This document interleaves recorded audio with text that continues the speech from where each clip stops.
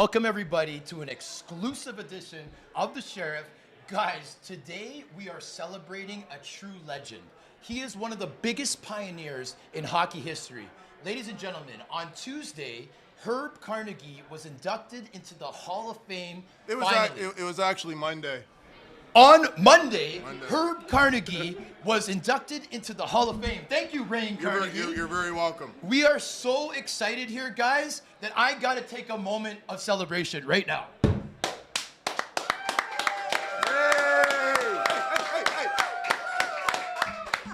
So we're talking about one of the best players to never play in the NHL. This show is going to be about education, recognition, and of course, celebration. Tonight we're going to celebrate how Dr. Carnegie embraced his journey, what it means to players like me and Rane who came after him, and what we can learn from this important part of history. Now, Herb Carnegie was inducted in the Builder category, but I did a little bit of research today, and before I introduce my guests, we're really going to get into what this man did in his playing career, because I believe he could have been inducted as a player, not a builder, but we're happy with the induction through and through. Ladies and gentlemen, boys and girls, all over the world, I would like to introduce my two guests today. Now, hailing from Yorkville, Ontario, she has been the co-founder of the Herb Carnegie Initiative, as well as all of the foundations. In fact, ladies and gentlemen, for 30 years, she was linked to Herb Carnegie just like this. Ladies and gentlemen, without further ado, Miss Bernice Carnegie, how are you doing today? I'm fabulous. Hey. Fantastic. And you know what? Introducing to you second, he is one of my favorite characters of all time. This man played with my younger brother all the way up, and he's impressed me so much, the man that he's turned into. Playing over 4 years professionally in Europe, over 2 years in the United States, Rane Carnegie was probably one of the best defensemen / forwards that I ever saw growing up.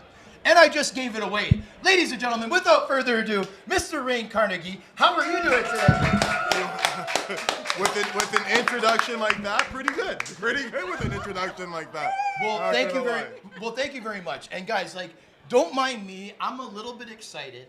But I gotta be honest. On Monday, when your grandfather was inducted, I got a little emotional. I was very emotional. I'll admit it. I was at work and I cried a little bit. Because what it means to me is so important. When I grew up, there was a lot of times where I didn't feel comfortable in the arena. A lot of people, or nobody looked like me in the arena. And now we're making changes to be able to make it be different for people after us. Mr. Herb Carnegie, one of the best players to never play in the NHL. He did even more after he was done playing, which we're going to get into. But as a young man, well, I'm old now. I was a young man playing hockey. This is some of the most important things that could happen right now. So I want to recognize that over everything else. And I got to give, this is a clap just for my thoughts towards it. All right, so we're going to get into things right away. So now, Bernice, I'm sick and tired of hearing myself talk, okay?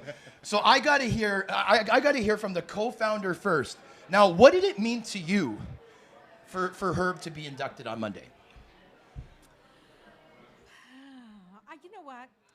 Initially, I thought I wasn't going to have a reaction. It's been so long in coming.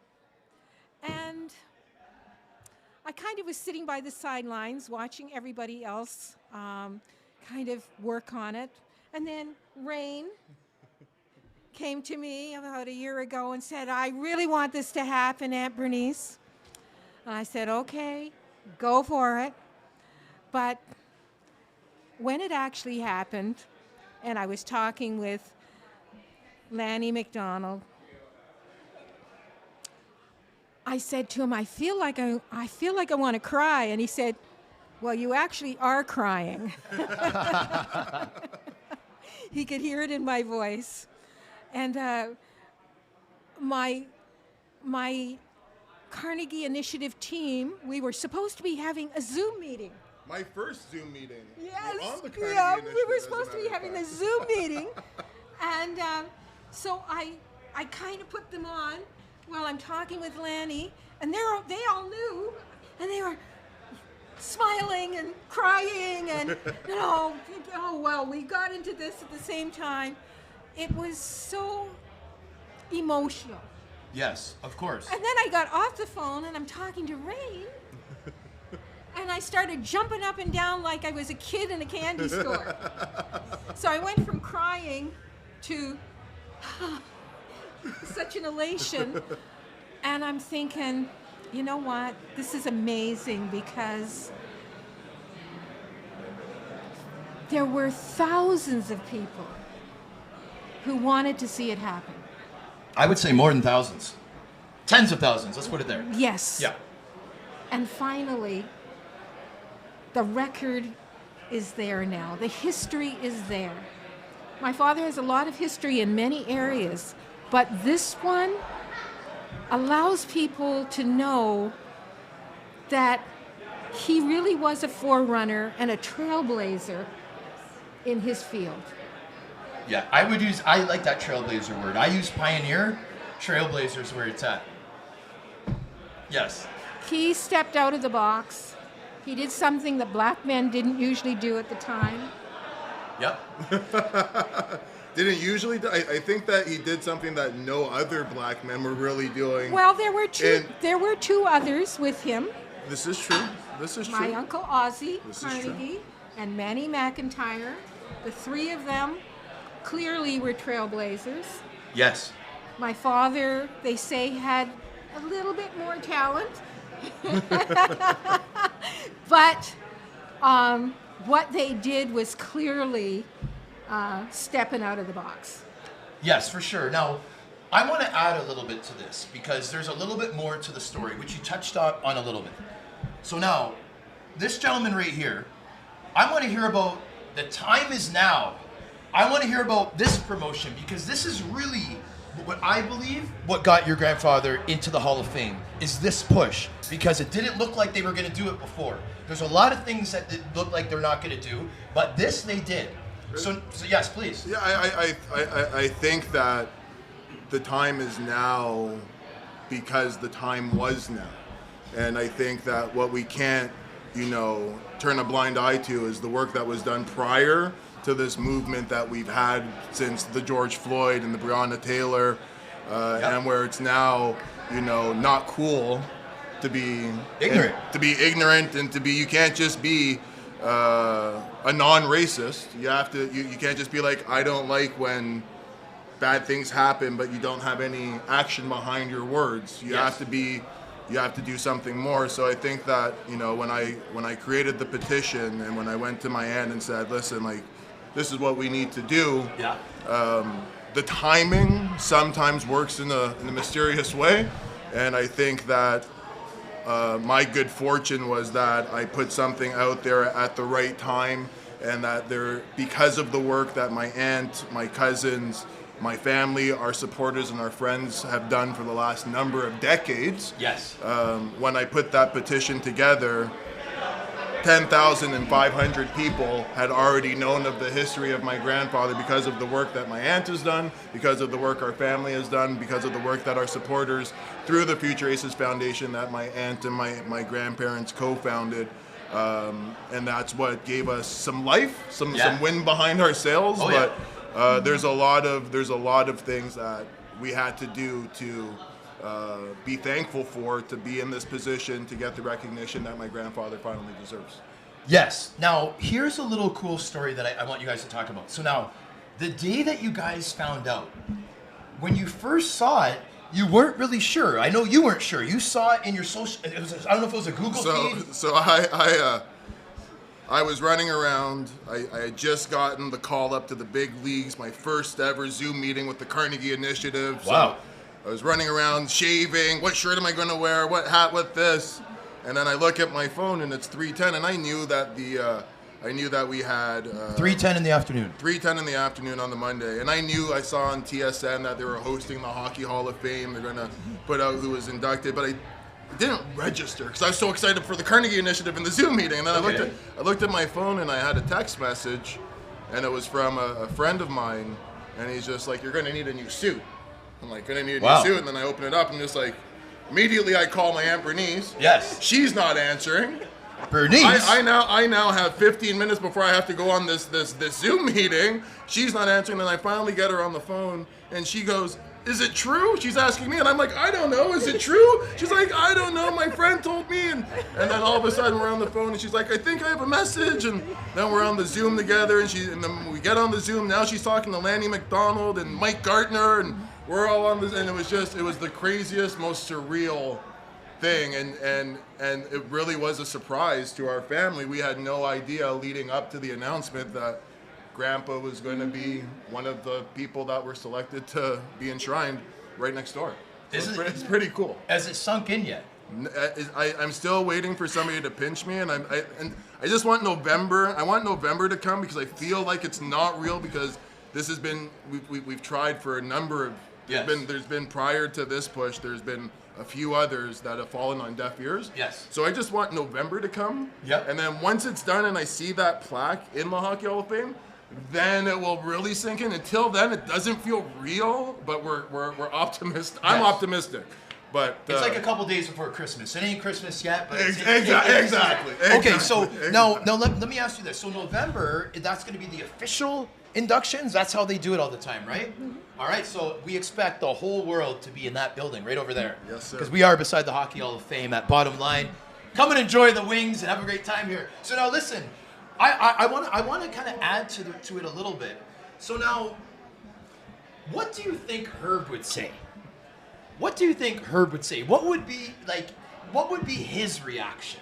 Like, to the media, to the world? Like, I know it'd be different to the family, but how would he, like, represent himself in accepting this? It's a hard question. My father was a very humble and quiet man. And I brought him a lot of good news over the years. And you may not know, but he was blind the last 25 years of his life. And so whenever I'd bring him, Dad, you just won the Order of Canada, or you just received the Queen's Diamond Jubilee Medal, or whatever it may have been, he would have this little wry smile on his face, and his eyes would twinkle. He was blind, but his eyes would just twinkle and light up every time I told him something.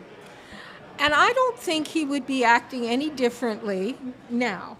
I think that if I brought him this news, he would give me that smile, and he'd have that twinkle in his eye. And he'd kind of just take a deep breath and be who he was. That man who accepted the good, the bad, and the ugly in his life. Yep. But he found a way to push on, and he was always happy for anybody else who achieved. Selfless. Yes. That's what he was. So when I was actually at the induction for Willie O'Ree, Yep. I was sitting in that seat, and I really felt like I was sitting in the seat for my father. That's amazing. Yeah. I really appreciate you sharing I was sitting in the seat for my father and just, cheering Willie on. That's what he would have done. I really appreciate you sharing that, Bernice. That's amazing. But let me add to it a little bit. So you said a twinkle in the eye and a smile. So there must have been a lot of twinkling. So I got a little list here. Carnegie was named to the Order of Ontario in 1996 and the Order of Canada in 2003. On May 2nd, 2005, the North York Centennial Center was renamed the Herbert H. Carnegie Centennial Center in honor of him. On June 12, 2006, he received the honorary Doctor of Laws degree from York University, hence the Dr. Carnegie, correct? Mm-hmm. Awesome. Absolutely. And one other thing, Bernice, I'm not finished yet. A public school in York region is named in your father's honor as well. Yes. That's amazing. So there was a lot of twinkling going on, Bernice. A lot of smiling. right? And did you know he was also honorary chief of police for York Region, and they have a community room named in his honor as well? Bernice, I'm not done yet. So he also received the Queen's Silver Jubilee in 77, the Ontario Medal of Good Citizenship in 88, the Metropolitan Toronto Canada Day Medal in 90, the 125th anniversary of the Confederation of Canada in 1992, the Queen's Golden Jubilee Medal in 2002, and the Queen Diamond Jubilee Medal in 2012, 10 years later. Like, lots of twinkling, lots of smiling, it just kept going his whole life. Did you know that Herb Carnegie is a real-life comic book character in 2 special issues of Spider-Man? I do know that, Bernice, and I'm very happy that you brought that up. That is unbelievable, unbelievable.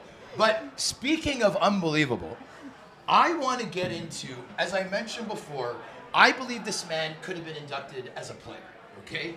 So now, first of all, this guy goes over to Quebec. Can you explain how that happened? Like, I know you ended up in Quebec as well, but how did Herb end up doing junior in Quebec? And then, of course, we all know how he ended up with the Aces, which is in La Capitale, Quebec City. But what about the junior? Do you remember how? Because there was an OHL, there was an Ontario League as well, right? So do you remember that part of it? Well, I wouldn't remember that because I wasn't born. You know what? That makes complete sense. Do you remember the reason why he went to Quebec? Well, From what you've been told.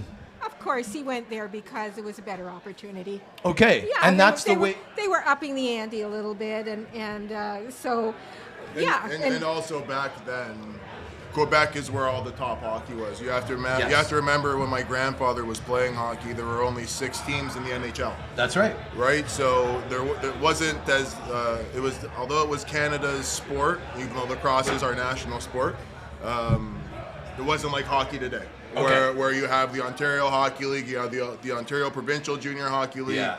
If you were any good back then, Quebec is where you wanted to go because that would get you noticed to play for the Canadians or the Leafs or that was the AHL. Quebec was the AHL Of that time. So that's one of the reasons why he probably went there, because he was good at hockey. So Yes. he wanted to follow all the other good hockey players. And speaking of good at hockey, this guy's numbers, this guy, Dr. Herb Carnegie, has the very similar numbers that Sidney Crosby had in the Quebec League. This guy had almost 130 points in 55 games. So you would think that he might get drafted, being the top player in the league. He might get a couple offers. Unfortunately, it really wasn't like that. Can you guys talk about that a little bit? Because 130 points in 55 games usually equals a lot of results. Unfortunately, the title of my aunt and my grandfather's book is A Fly in a Pail of Milk. Yes. So, it was difficult in the 40s to penetrate the hockey world because it was hard for anybody in that time. I mean, there's still segregation. Yeah. So it needed somebody to stand in the sun for my grandfather to get that opportunity. Unfortunately, it didn't happen. But what did happen for him was he developed a lot of great relationships while he finished off his career, and the life lessons that he learned, having dealt with that adversity and being one of the top players year over year, and not getting the recognition and not getting the opportunity. A lot of people, I know I certainly would have hanged up my skates and said, "Screw this." Yeah. It takes a special person to, and also, it's not lost on me. And I thought about this over the last week or so. My grandfather dominated in hockey in the 1930s, 40s, and 50s, and it was a predominantly only white man sport. Then when he was done playing hockey, my grandfather went to golf, which is another I can't wait to get into that. predominantly white man sport, and dominated there as well.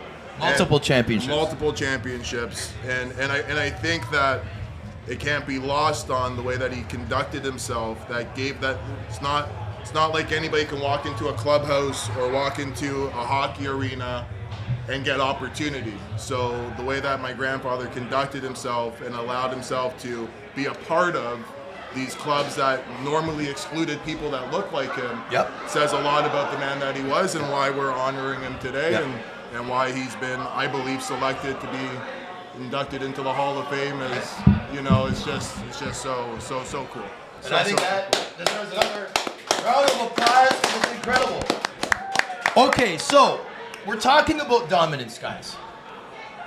Herb Carnegie was the MVP of the league, which was the AHL at the time, 3 out of 5 seasons. Most valuable player. Okay? Including 3 in a row for the hat trick. Okay, right on. Yeah. Three years in a row. Natural hat trick. 3 years in a row, yeah. Okay, so 3 years in a row, the man was most valuable player.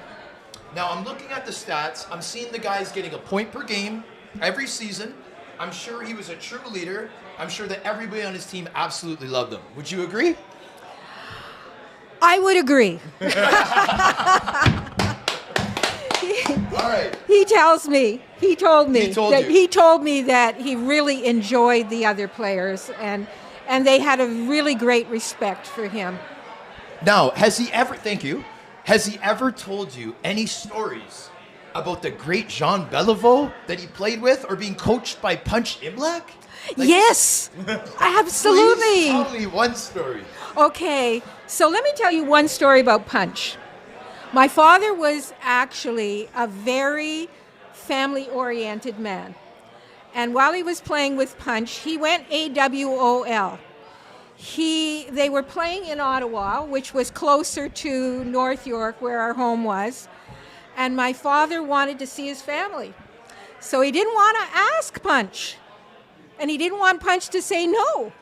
So he just left. Sometimes an Irish goodbye. He just left. It's an Irish goodbye. And Punch chewed him out, definitely chewed him out, but he took him back. Well, of course he did. Huh. He wants to win hockey games. So, right? yeah.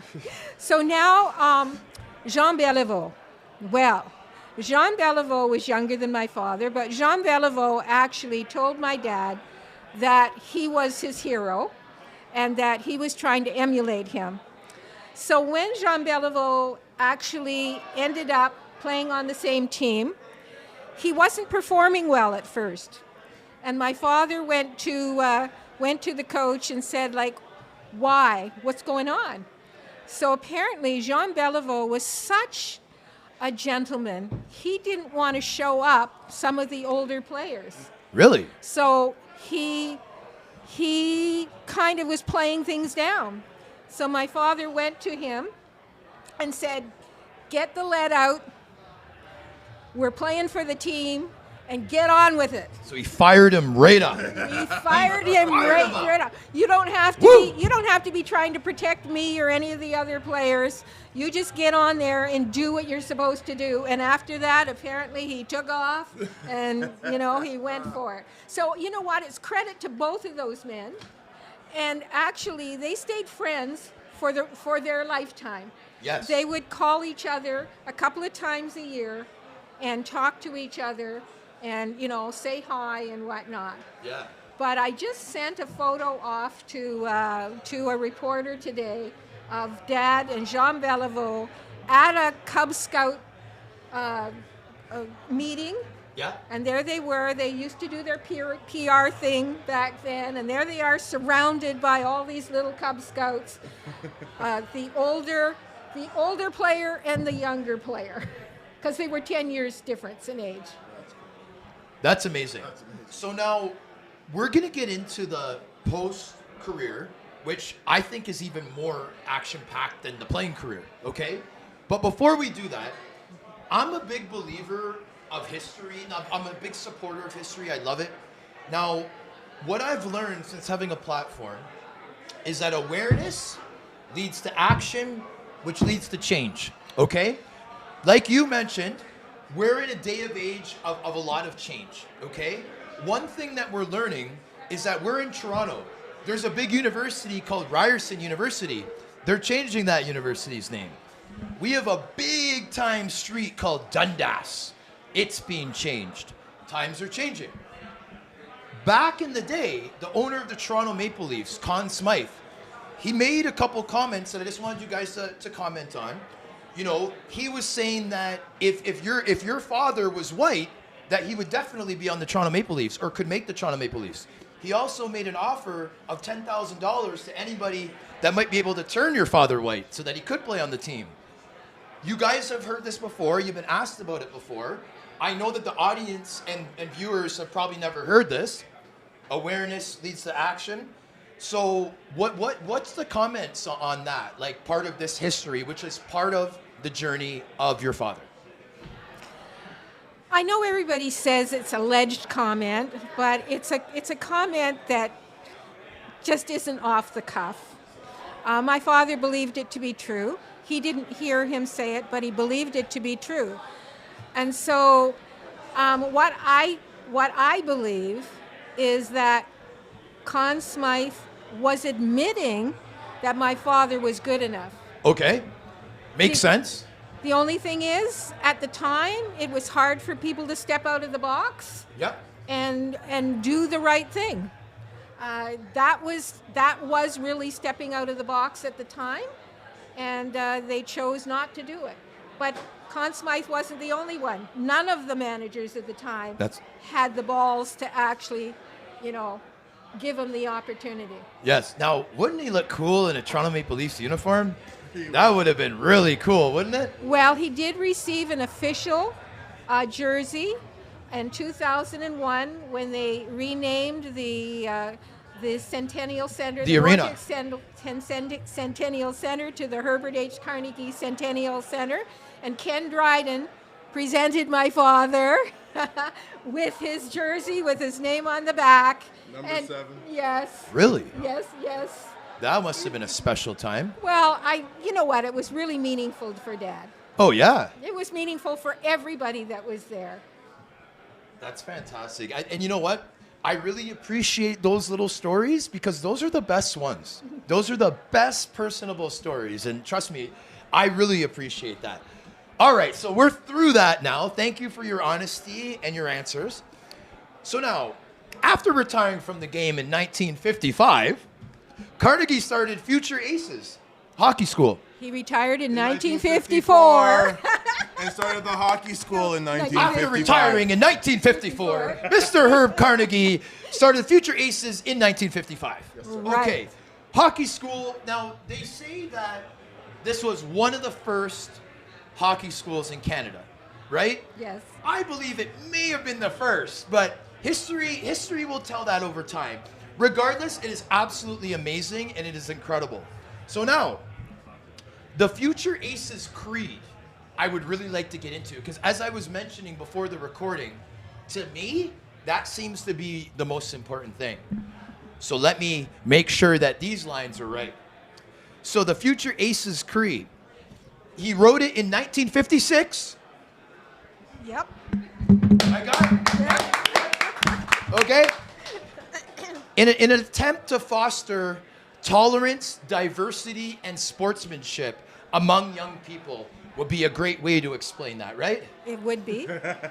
Fantastic. All right, so now you being the right-hand woman for 30 years, okay? What was it like in the beginning when all these things were started? Now, I'm not talking about 1955 and 1956. I'm talking about once you were involved, because I keep forgetting the age difference between you and your father, and I'm asking you questions about before you were born. But when you started to get involved, like, what was that like for you? Like, being, so close to your dad. That must have been cool just for the bonding. Well, just for your information, I actually was involved in the hockey school. I used to, when they had their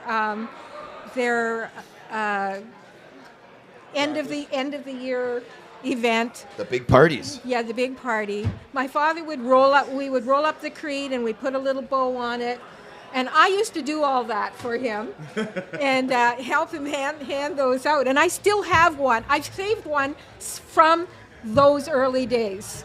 I actually still have the creed rolled up with the tie that I did in my little collection of treasures.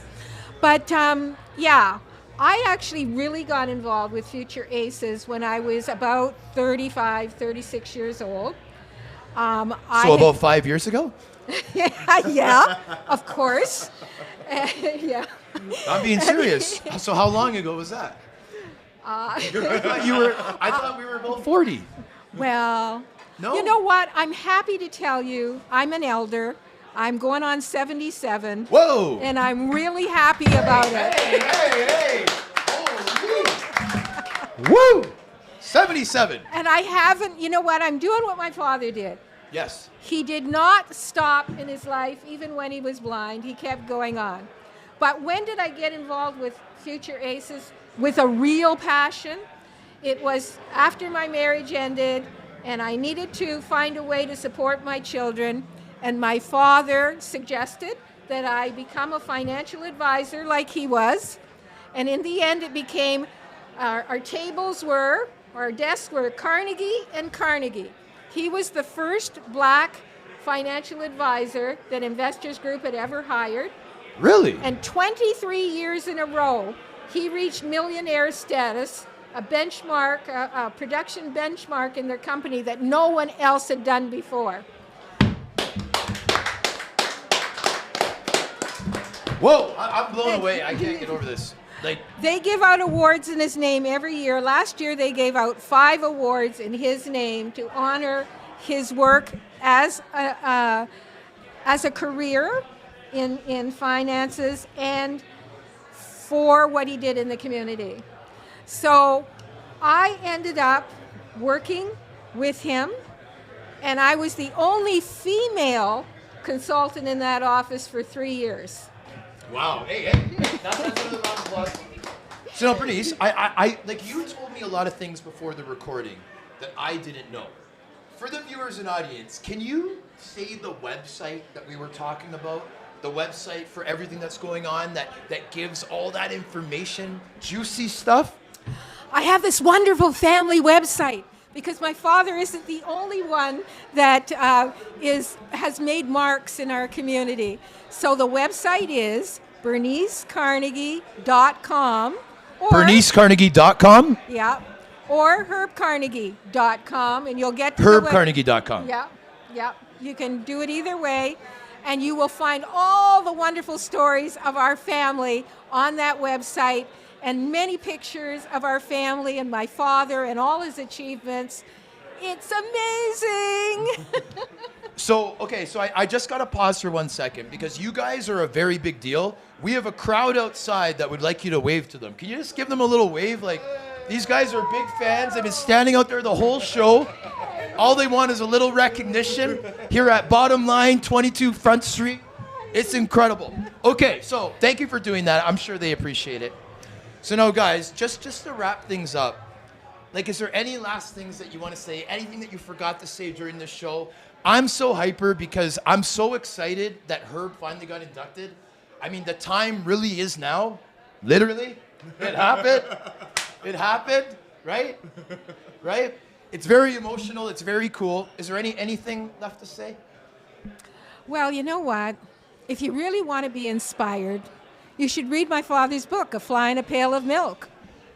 A fly in a pail of milk. The Herb Carnegie story. And the new version has a part 2, lessons passed on from father to daughter, written by me. Whoa! Because I couldn't help but want to actually share how my father influenced my life and thousands of other people. Oh, yeah. It just kind of takes you down a path that will actually help you understand what it was like, but it will also help you understand how amazing he was to navigate through all the stuff and then end up having all of those awards in his life. I couldn't even name them all. I almost lost my voice. His own voice. It I think he gave me a gift. He gave our family a gift 100%. when he gave us that book, because it gave us insight in who he was. And I couldn't be prouder to be his daughter, and I couldn't be prouder to be sitting beside my nephew. Very emotional stuff. Oh man, crazy. It's crazy. Who is now working on emulating his grandfather. And my aunt, Yeah. following in their footsteps. Okay, hold on. Let's say this again. What's going on here? I'm just trying to spread the good word, Yes. like my aunt. Following their footsteps. Following their footsteps, and try to be the change that I want to see in this world, and be a good role model for all the people that I come into contact with. And it's really. And January 2023, the Carnegie Initiative is having their summit here in Toronto. Woo! We're getting all of the major hockey people in one room. And Really? We had our first summit in Boston in January 2022. And you know what? Gary Bettman came by. Gary Bettman came by. He Okay. not only came Right by, on. he stayed. He actually stayed. He That might have been the coolest thing he's done in 20 years. He Oh, yeah. He stayed That was the coolest thing he's because done. he knows what we're trying to do. Yeah. He knows that we're trying to make hockey, the hockey world, a little better than when we came into it. And that's all my father wanted to do, is just make people's lives a little better than when he came into it. Well, that's absolutely excellent. The one thing I could comment on that is I hope Gary Bettman embraces it, because it's such an important thing. As a former player, I love seeing it. I think every single player is in support of it, and some. So if Gary can look at that, I think he's doing an incredible job with the NHL, and this would be a great addition, incredible addition for him to bring all this into it, get everyone fired up, make everyone happy. That's the way it is. That's awesome. That's awesome. Yeah. All right. So I appreciate you guys coming. Thank you so much. I'm a very emotional, passionate guy. So this topic I get a little silly with, because I'm very emotional about it. I'm very happy for your family, and I wish that everybody can spread the word about Herb, that they see the website, they read the books, so on and so forth. We're going to sign off now. I wish I had about an hour for this show. I'm going to have to bring you guys back to talk more Herb Carnegie. And we're going to sign off now, guys. Woo!